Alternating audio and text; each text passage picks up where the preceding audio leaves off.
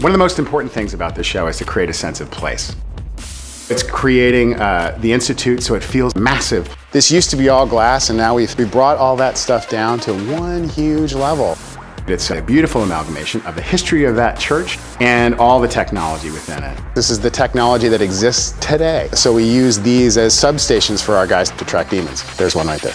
This is one of the many hallways within the Institute, and we're going to go right into Aldertree's office. When we put this set together, we did all kinds of little details like Plato on his desk. He reads Plato, makes him a smart guy. You don't necessarily see that on camera, but it's important for the character.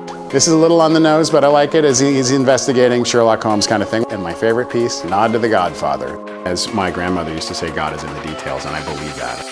To me, it's more scary and more interesting when it looks like it's the real world. So that's really textured and rich. One of the cornerstone characters of the show is New York City. So what we want to make sure this year is that it feels like we're in New York. I grew up in New York City and went to restaurants like this one in Chinatown, and we really wanted to create a sense of authenticity. If it feels real, that's where you win. This is called Hunter's Moon, which is our bar, which is in Chinatown in New York. There's a beloved character that will be residing in this bar. She works over here, kind of Maya's hero area.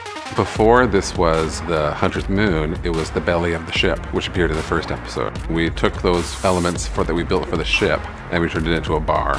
Kind of like Cheers for the Supernaturals.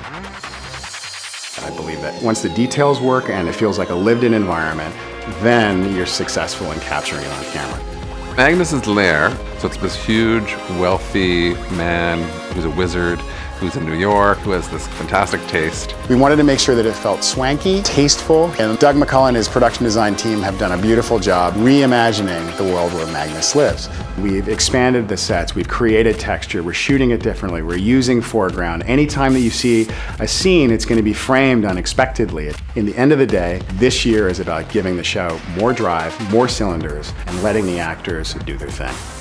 All new Shadowhunters every Monday, 8/7 Central on Freeform and the app.